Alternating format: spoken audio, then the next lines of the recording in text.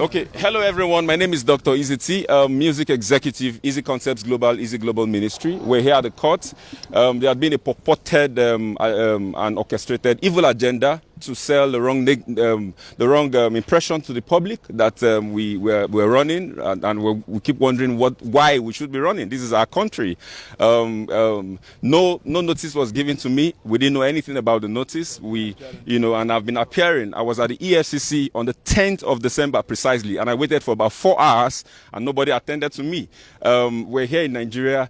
If a fundamental human rights action had been filed against my right that was breached because I was detained for about 9 days in Ilorin, April last year, and I needed to find out why should I be breached, why should I be detained. There was no court order for why my accounts were frozen, the company accounts as well. My company business was rendered completely put on the pause, and we wanted to find out why should this happen. This transaction is all predicated on the premise of a contract. There's a contractual relationship, for goodness sake. And this contractual relationship, prepared by a certified lawyer, Udo Udoma, who is our copyright lawyer. There was a breach on this contract where the said artist, who is supposed to be a gospel artist, who is supposed to have integrity, who is supposed to sing Jesus and mean Jesus, who is supposed to keep to her words and terms of agreement, breached the contract, boycotted monies for events into her personal accounts, where it was using the same contents that belongs to us, earns those monies personally without any form of remittance. We were remitting royalty until we sent a mail officially and said we would no longer send a mail to you any more royalties until there's a proper mutual financial reconciliation. We need to have a meeting, and this will be done on the premise of an unbiased audit without any form of religious influence of one of your fathers or your mothers who have your interest and want to twist us to do what is not wrong. It's about justice. Now, when we say these things, is it about money? No, this is not just about money. This is about truth. This is about sincerity. This is about integrity. This is about saying yes and you keep to yes. This is a 50-50 transaction where we have not even recouped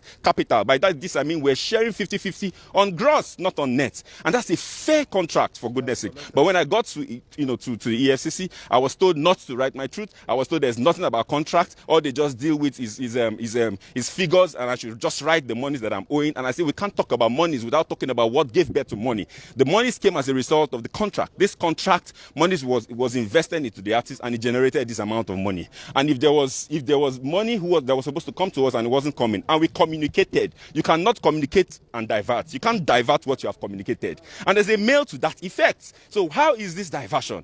That's the question. The monies went into the right channels. By right channels, I mean the accounts that are known to the artist. There was no mail, regarding diversion of money. There was no resentment whatsoever with respect to how finances were going up until when this contract was breached. And we have every evidence to clear this. How then is this a criminal offense? This is a purported plan by a cartel of evil people who have the face and the mask of Christianity to destroy the system, to give an impression. I'm talking about someone who has earned over $1,500,000 from the same contract. How do you discredit what you have benefited from? The over $600,000 we're talking about is just for streams, not even for events. We have series of meetings where you went for, you didn't tell people you were going, you hid it because you didn't want us to know. That's not transparency, for goodness sake. There is nowhere on the surface of the earth that you hear a label taking 50 and giving the artist 50. And I mean, we paid rent for 5 years, you didn't pay a dime. You don't have a receipt. We gave you cars for all the period. We expended 100% expenditure on your career. This is unfair. This is not the right thing to do. We didn't go to court. We went to court because I wanted to ask that my fundamental right. And why? Because every time I made efforts to see how we can sit down to resolve, the clergy refused. They said my attempt to want to have a peaceful resolution meant weakness, and I would not be bold enough to say, if I don't have anything else, I have my truth, I have my voice, and the world will hear. This is us at the courts here at Federal High Court. I was told that I ran away and I'm here. This is Dr. Easy T. We had also said the right thing to do is to go through an arbitration. When the audits collapsed because of the bias by the people who are supposed to handle it right, we now said, okay, let's explore what the contract provides, which is arbitration through the multi-door court, where this platform brings an independent auditor, either from ICANN, that is neutral and not affiliated to any of the parties, to look into the books. I will publish all our books to the world to see, and let her publish hers as well. Let there be transparency to the world, since we cannot settle it privately. What I will not take is to be twist. I will not be bullied. I will not be intimidated. No, I will not. It won't happen. Nobody has exclusivity or monopoly of madness. The law is the law, and it's clear. Regarding catalog, I've been threatened that they will put charges on me. They will put charges on me using the clicks and the connections that they have, and I won't have an option, and I won't have an option but to relinquish the catalog. I must go to jail, but all sorts of all manner of threats, and this is coming from Christians, people who call the name of the Lord. We are here at the court, and we have filed for a motion for the warrant of arrest to be set aside until it is clearly established if this is a civil transaction or not. And as God will have it, the judge and the court has granted that motion be set aside. I want to thank you for following this. Please pay attention to the truth. Don't be a fanatic. Don't say, oh, I love this person, I hate. No, pay attention closely to the sequence of what this has happened. There are picture evidences, there are video evidences, there are contractual witnesses to this, and these people are alive. Let questions be asked.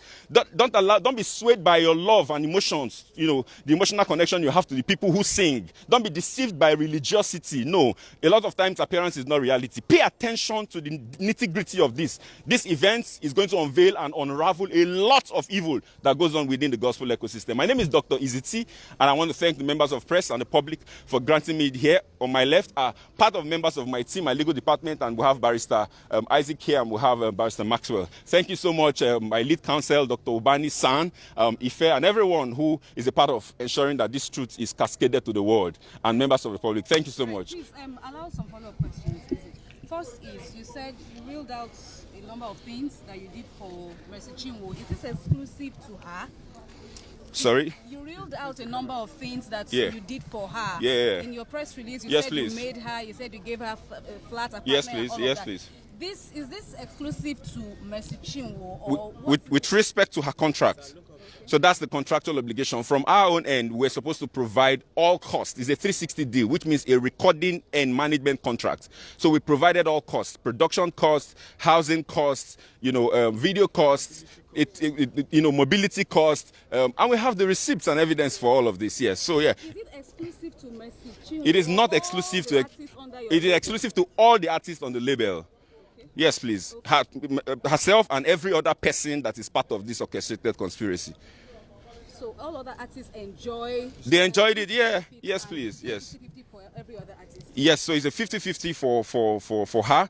And then it's a 60-40 and 40-60 for some others. And then 50-50 for... But at the end of the day, the ratio is 50-50, yes, based on the agreements. Yeah. Okay, sir. And then you said, you were in EFCC custody. Yes, please. You stressed that it's a civil dispute. Yes, please. But they said they are dealing with figures that I shouldn't talk about. They want you to acknowledge that you owe her. Okay, the reason I stayed 9 days in EFCC is because they said to me that if I do not write what I am told to write, I would remain in detention. So because I needed to be free, it's my very first time being in the police station. I want to challenge the public that you will not find my name traced to any law enforcement agent anywhere in the world. I've never visited the police station before. I am a credible Nigerian. I do business and straight. But then I was told that if I do not write, compelling me to write in the manner I was being told to write, that I was going to remain in their custody. And what do you do? And they transfer money from your account. What do you do? You have to follow somehow. So under duress, I did the things that I did, and then I agreed to transfer a certain amount of money, of course. Because the account was blocked, I didn't get a court order. Okay, $274,000 was made to be transferred to her. And then I said to them, why are you making me to transfer money to her when she is not remitting or giving back what she owes? She owes the company a third album and a couple of singles. She has money she's boycotted into her personal accounts that we're not aware of. She didn't give account of. She has events she had attended. We need this transparency has to be both ways. So it's already one-sided. You're right, ensuring that it just comes from we too, but because we were under a lot of pressure and we needed to be free, I had to concede to that, and that's what we went to challenge at the fundamental human rights.